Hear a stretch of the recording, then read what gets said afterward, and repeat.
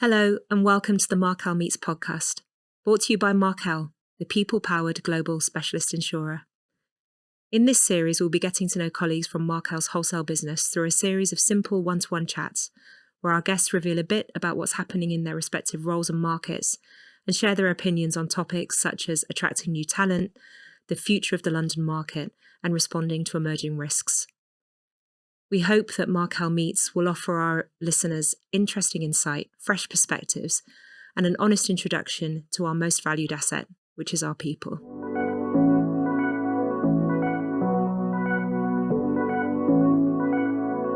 Our guest today is Chris O'Shea. Chris joined Markel in 2017 and has held various claims leadership roles, including Director of Wholesale Claims, which he started in 2019, before taking on the role of Managing Director of International Claims in February of 2024. Chris joined the insurance industry straight from school in 1999, so around 25 years ago, and worked at Guy Carpenter, QBE, Montpellier and Ariel Re prior to joining Markel. Chris, welcome to the podcast. Great to have you on as a guest today. Thank you for having me.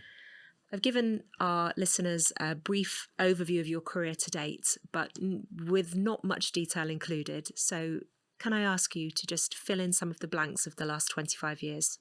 Sure. 25 years sounds a long time. It does.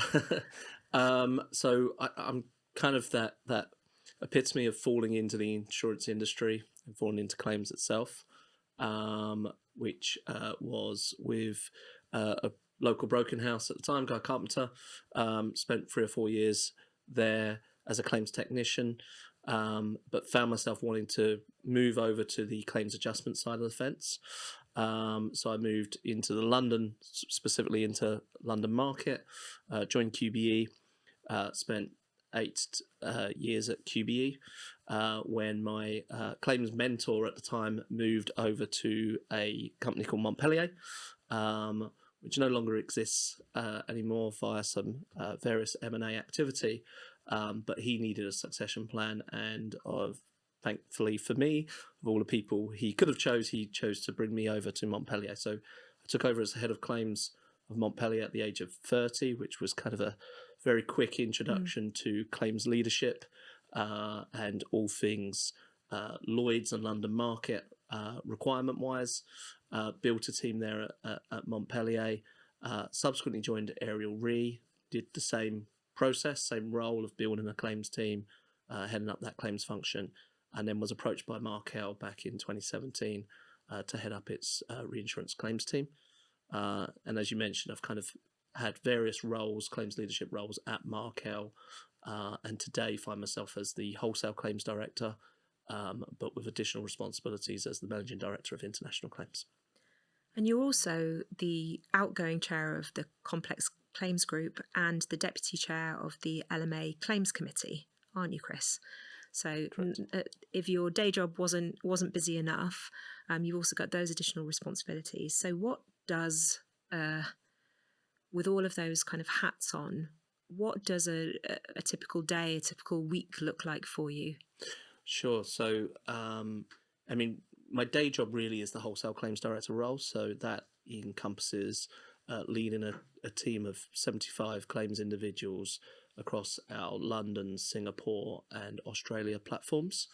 And largely speaking, that results in the kind of strategic leadership meetings throughout the week, representing both the claims team in its own kind of operational claims function, but also representing international claims within the wider business. And then you mentioned the Complex Claims Committee and the LMACC, so the LMA Claims Committee. They are kind of monthly, quarterly type involvements and engagements, but lots of work interim between those meetings. So the Complex Claims Group, the concept behind that is when a event or a situation could be Russian invasion of Ukraine, or it could be inflation, or perhaps even COVID, which impacted obviously a few years back, where it impacts multiple sector groups and multiple classes of business. The job of the complex claims group is to bring together the leads of each of those sectors and really address kind of the market response for a cross-class event, and that could involve a natural catastrophe as well. The London market remains, doesn't it, Chris, the global heart of complex insurance, underwriting and claims functions. And I think it's fair to say that claims trends tend to mimic what's happening in the world around us. You touched on a couple of very significant socio-political events that are happening at the moment in the world. But in terms of those most, the most impactful claims trends that you're seeing at the moment, and the most complex trends that you're seeing, can you elaborate, give us a little bit of detail around that? Yeah, I mean, it's quite a wide-ranging question, really, from AI to data to kind of the socio-political issues we've seen emanating from kind of Russia's invasion of Ukraine, but also kind of the Israel-Palestine situation. And the impact to Markel within those spheres really has been, products are designed for those exact situations.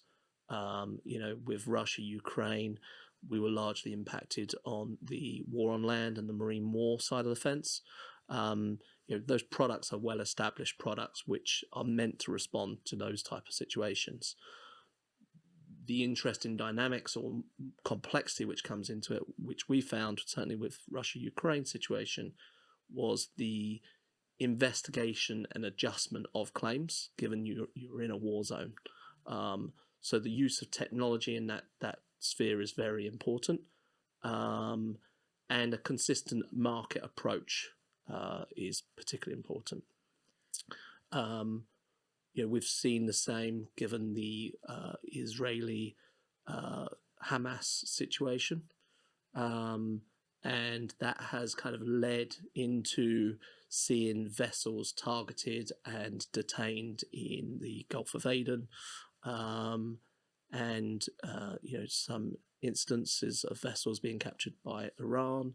And again, the products, largely speaking, are designed for that exact type of situation, which lets us respond accordingly to our clients at their time in need. But there are always kind of intricacies and complexities with each given situation which need working through. And while, of course, we would all wish that none of these conflicts Absolutely. were happening in the world, in terms of the practical management and providing the best claim service possible and the best support possible in these instances, in the claims handling process, and in order to provide the best possible claims service, I imagine that being able to refer to precedent and lessons learned and just general experience of handling a certain type of claim is absolutely imperative and very, very valuable. But we see emerging risks coming through all the time, Chris, and new challenges, new things like new technologies such as generative AI, which is very topical at the moment, that many industries won't have had a great deal of experience of, and we haven't seen perhaps many claims in that area. So what is what tends to be the approach to truly emerging and new risks? Yeah, the geo and socio-political kind of environment, as well as the emergence of technology, definitely bring about new challenges and test either existing products or new products. And it's fair to say that it takes time for a product to evolve and or coverage to be defined or clarity provided perhaps on coverage as these issues are tested. We've seen the emergence of deep fake and copyright type claims, and it will absolutely take some time for the clarification of exactly how products should respond and the tailoring of those products to make them clearer for their coverage requirements. And when it comes then to data, I suppose this all ultimately comes back to good data, having the right type of data, but arguably there's a bit of a proliferation of data at the moment, and the advent of, again, new technologies which are generating more ample data. There's a focus on better data, but is there such a thing as too much data? And in terms of how claims uses that data, what are some of the pros and cons to it? So I think it's important to say that I'm a huge advocate of data, as long as it's used in the right for the right reasons. There is, to your question, there is definitely a danger of producing too much data. I would argue it's where we utilize or who we produce that data for is perhaps the danger. And businesses can fall into the trap of kind of pumping out more data or pushing more data to make it available for, say, a claims handler. But if they don't have the time to really digest that data and make that data work for them, then it's just data. It just doesn't help the process in any shape or form. So it's really important that you think about what data you're producing and the reasons you're producing it, and providing the right processes and procedures to utilize that data accordingly. And technology can definitely help in that space. So what does good data look like from a claim handler's perspective? I think good data needs to be data which is clear, and tells the story of what you're trying to dissect effectively. Just giving broad data, years worth of data perhaps, doesn't really provide a claims handler with much information. Really what we're looking for there is data which is going to help that handler adjust that claim, or really identify kind of indicators which suggest they should take either a certain strategy, a certain approach with that claim, or it stands out for some reason. Perhaps that's the life cycle of a claim, and there's a particular claim where it's kind of life cycle peaks out of the norm, and that probably should drive a claims team to look at that claim and assess why that has happened. Now, we've talked a fair bit there about data and analytics, and the importance of that, Chris, absolutely. But claims and the insurance market in general remains a very people and relationship driven industry. And you've got a great team at Markel. You've got a great claims team reporting into you. What, in your view, is key to first of all, what makes a good claims handler? And what do you think is key to retaining and attracting top talent in the claims industry? Yeah, so there's many characteristics to a good claims handler, and with the advantage of having quite a large claims team, I need a broad diversification of those attributes. But definitely at the heart of a good claims handler, in my mind, is hard working, an inquisitive kind of approach. Definitely needs to have those technical capabilities, and question the norm. I'm a big advocate for making sure you understand and question where you don't. With regards to retaining top talent and attracting top talent, retention of top talent, I've always kind of said that unfortunately I will lose good stuff because of a variety of reasons, whether that be personal or industry led. I'd be kidding myself if I said I wouldn't lose good stuff. Hopefully I retain the vast majority, but as long as those staff who I don't want to lose go out into the market and sing the praises of Markel and Markel's claims team, then I kind of feel like I've already won in that regard. From an attraction perspective, we all need to do more for the claims industry specifically. There are too many people like myself who have found themselves falling into the insurance industry and falling into claims, and we need to change that dial, turn that dial up to people wanting to join the industry. And there's huge opportunities and great careers to be made, and we need to connect those dots better to make universities and school leavers and so forth want to join the industry. We need to sell these careers better. They are careers we should be singing praises about. Yeah, absolutely. I completely agree with you. And do you think that there is there anything that you identify as being something that could be done better or differently within the London market to promote the benefits of a career in insurance? Yeah, as I say, I think we all individually have our responsibilities, but as a collective marketplace, we have responsibilities as well. We're a big advocate, Markel, of attracting and training our own talent. So our claims grad scheme and claims apprentice scheme has been extremely successful over the last few years, and we will continue to drive that success. As a marketplace, we need to explain the industry better. People kind of hear claims and they think call center, and that's not what we are.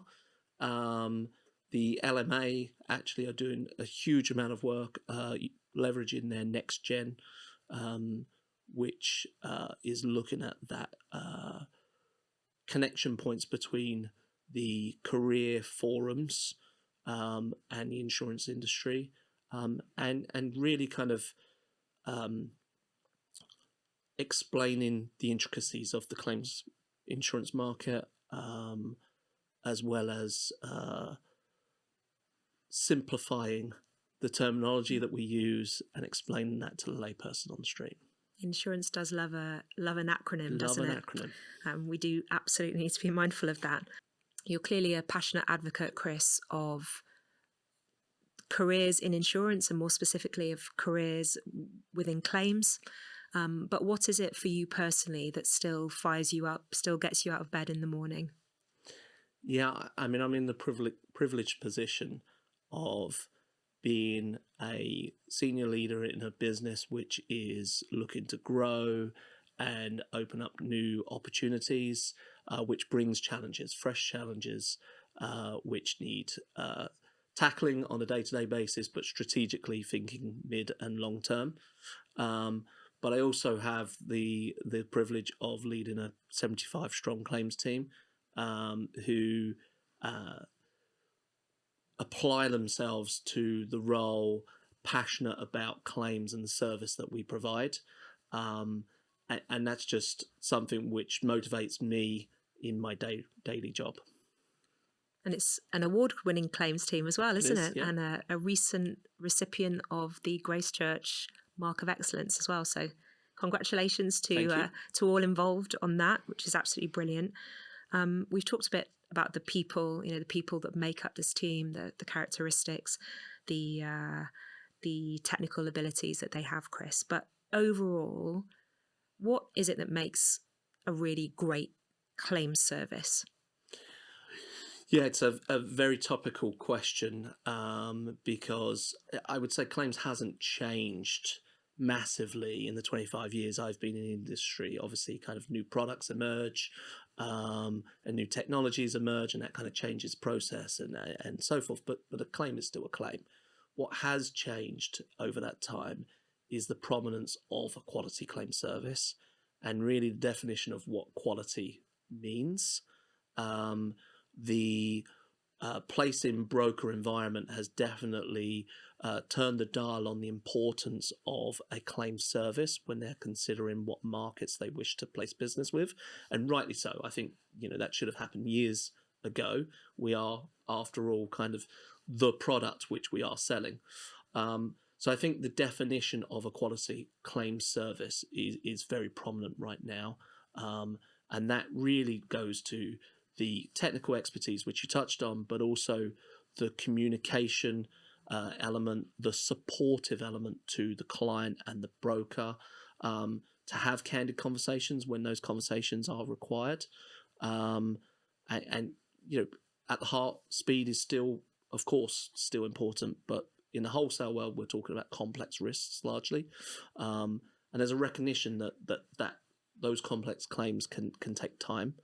So really approaching those complex claims and complex situations hand in hand with the broker and the client are really important. And the proof is in the pudding, in the sense of, we like to use buzzwords in the insurance industry, rightly so.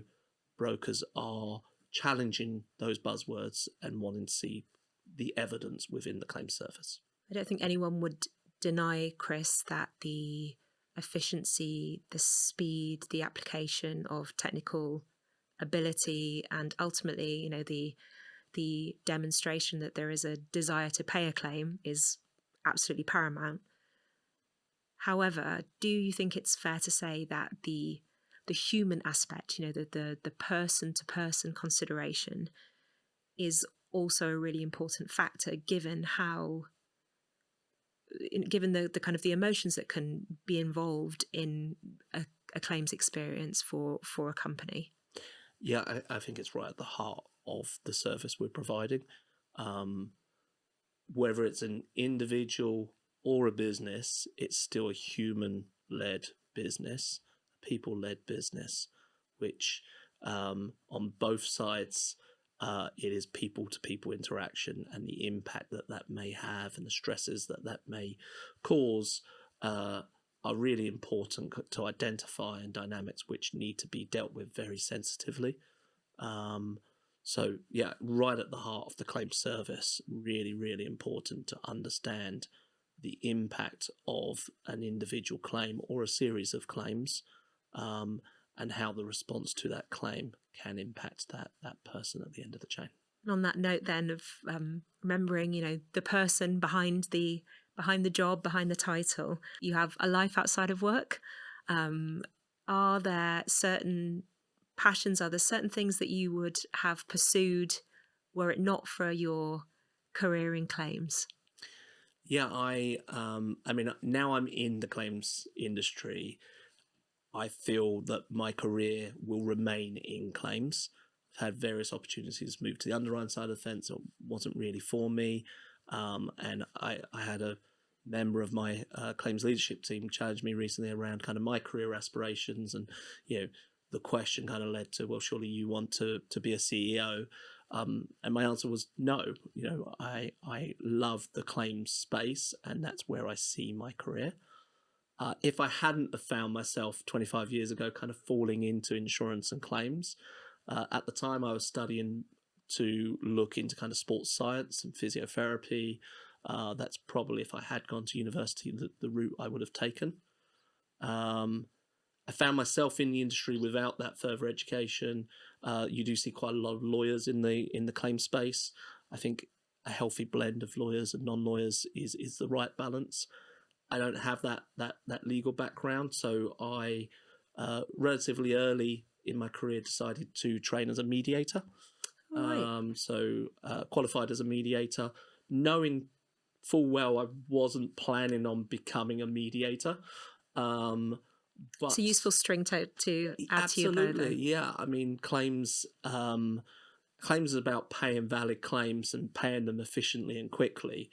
But we will always find ourselves in those more complex situations where coverage is perhaps needs more consideration, and we will certainly find ourselves, and certainly as a leader of a claims team, in those negotiation type scenarios where I think the skills of a mediator are really important.